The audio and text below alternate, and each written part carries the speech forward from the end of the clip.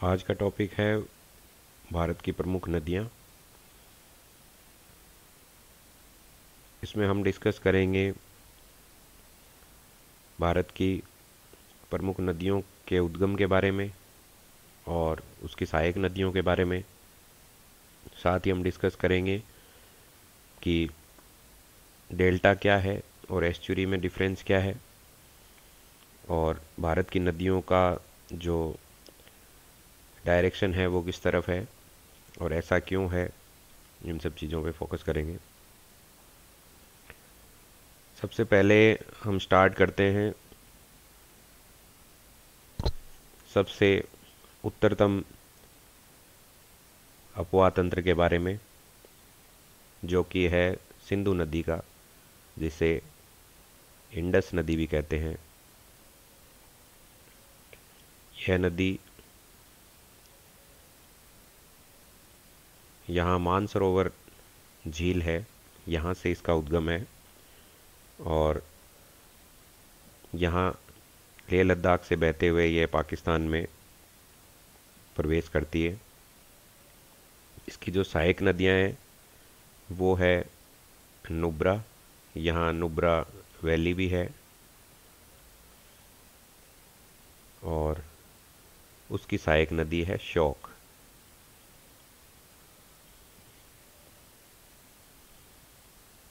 दूसरी जो इसकी इम्पोर्टेंट सहायक नदी है वो है झेलम,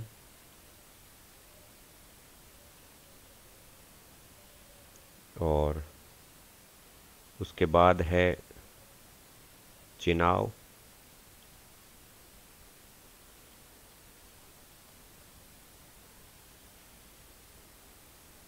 उसके बाद रावी,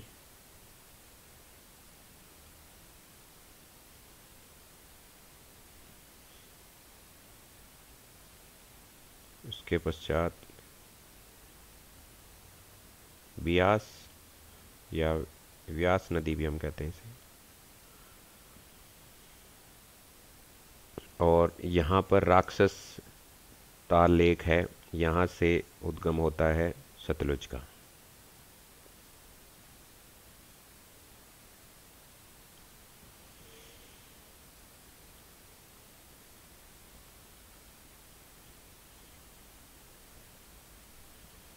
उसके बाद में हम जो भारत की सबसे इम्पोर्टेंट नदी है इसके बारे में हम पहले भी डिस्कस कर चुके हैं, गंगा नदी, और इसकी सहायक नदियां हम देख चुके थे लास्ट वीडियो में।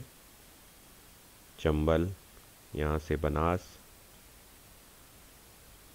यमुना, और गंगा नदी का उद्गम गंगोत्री ग्लेशियर से होता है।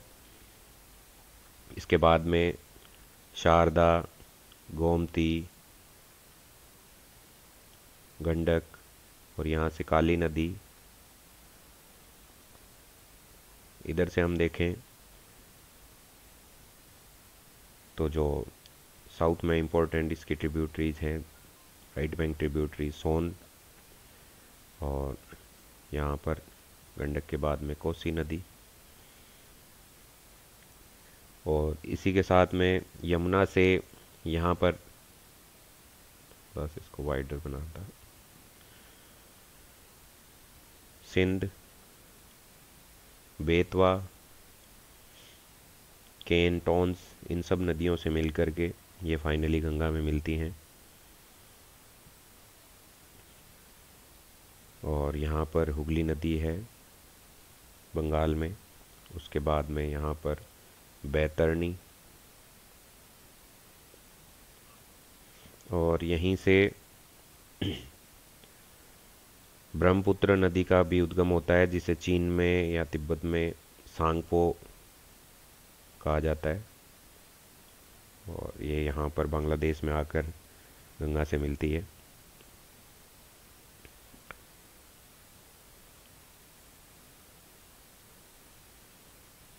ब्रह्मपुत्र, यहाँ नॉर्थ ईस्ट में जो इम्पोर्टेंट रिवर्स हैं और इसकी सहायक नदियाँ हैं वो हैं लोहित,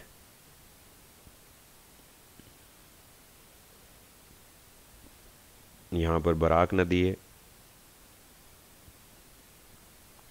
इसी तरह बैतरणी के बाद में जो इम्पोर्टेंट रिवर है वो है ब्राह्मणी नदी, और यहाँ उड़ीसा में जो है वो है ब्राह्मणी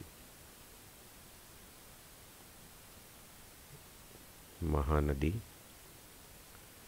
जिसके लास्ट वीडियो में हमने देखा था कि इसके गाद से चिल्का लेक का निर्माण हुआ है।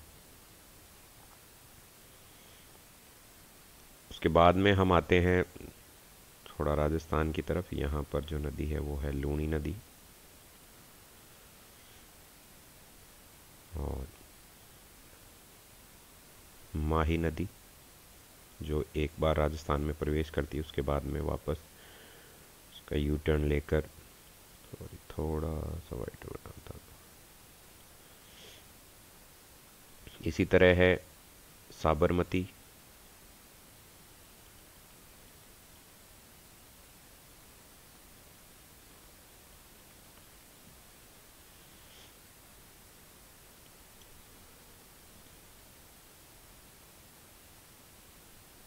उसके बाद में है नर्मदा नदी,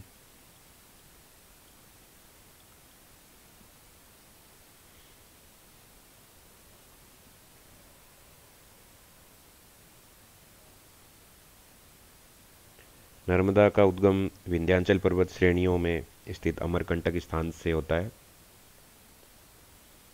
यहाँ से। और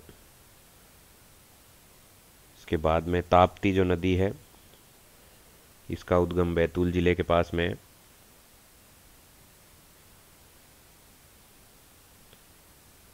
ये दोनों ही नदियाँ पश्चिम की तरफ बहती हैं। बाकी जो भी नदियाँ हैं वो बंगाल की खाड़ी में अपना इनका जल विस्तारित होता है। बाकी जो नदियां हैं वो अरब सागर में गिरती हैं। बाकी और जो गंगा और ये इतनी नदियां हमने डिस्कस की वह सभी बंगाल की खाड़ी में गिरती हैं। नर्मदा और ताप्ती विंध्याचल और सतपुड़ा के मध्य स्थित हैं।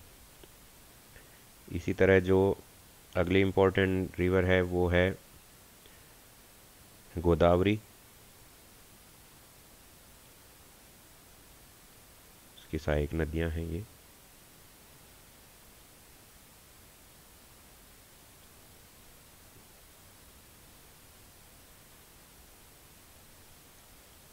और नासिक के पास इसका उद्गम होता है, यहाँ पर।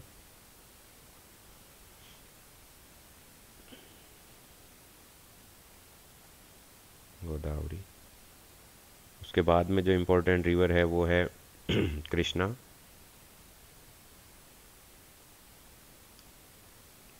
और इसकी सहायक नदियां जो हैं वो भीमा, कोयना, मूसी नदी,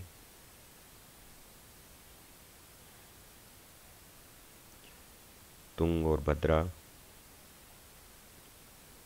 कृष्णा रिवर।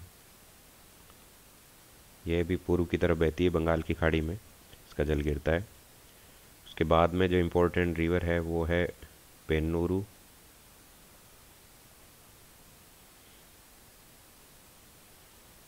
कावेरी,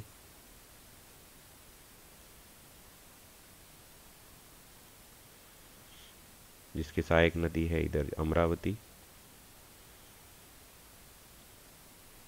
यहाँ से हेमावती और कबानी। केरल की जो इम्पोर्टेंट नदी है वो है पेरियार।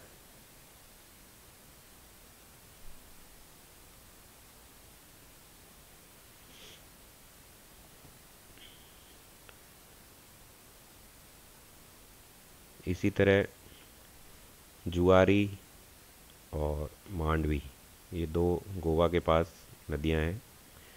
ये भी, इनका जल भी अरब सागर में गिरता है।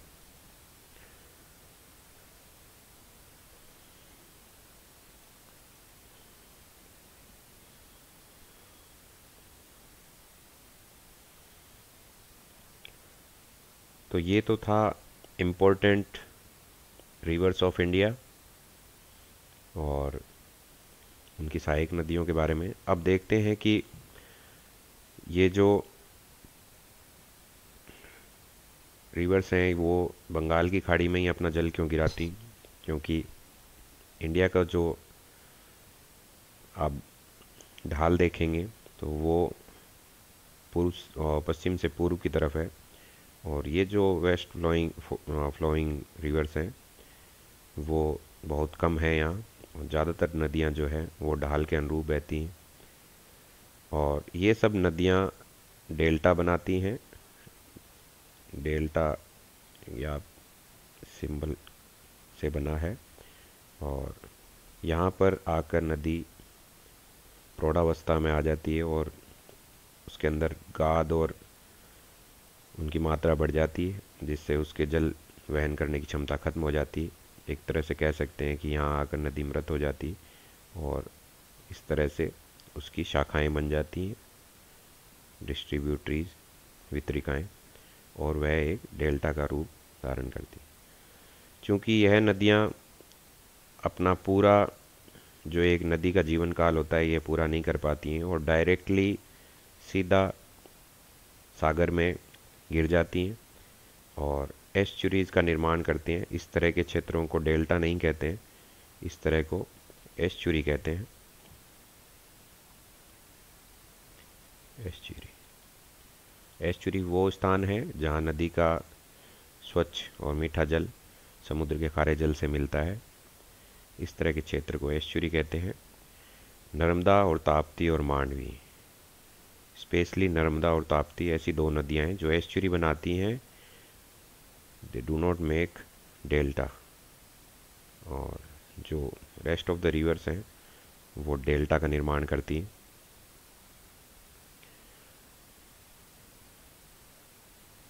कुछ नदियाँ जिनका उल्लेख बुक्स में मिलता है लेकिन हाल फिलहाल वह अस्तित्व में नहीं है, जैसे घग्गर नदी, इसे हम राजस्थान के भूगोल में पढ़ते हैं, और सरस्वती नदी जिसका उद्गम प्राचीन काल में माना जाता था, इस जगह पर ये नदियाँ बहती थी। तो और गंगा के बारे में हम डिटेल में एक लेक्चर बना चुके हैं, उस वीडियो को आप देख सकते हैं। नेक्स्ट वीडियो में हम डिस्कस करेंगे राजस्थान के अपवाह तंत्र के बारे में, राजस्थान की प्रमुख नदियों के बारे में। एक रिवर यहाँ हालांकि इतनी इम्पोर्टेंट नहीं है, वह गई।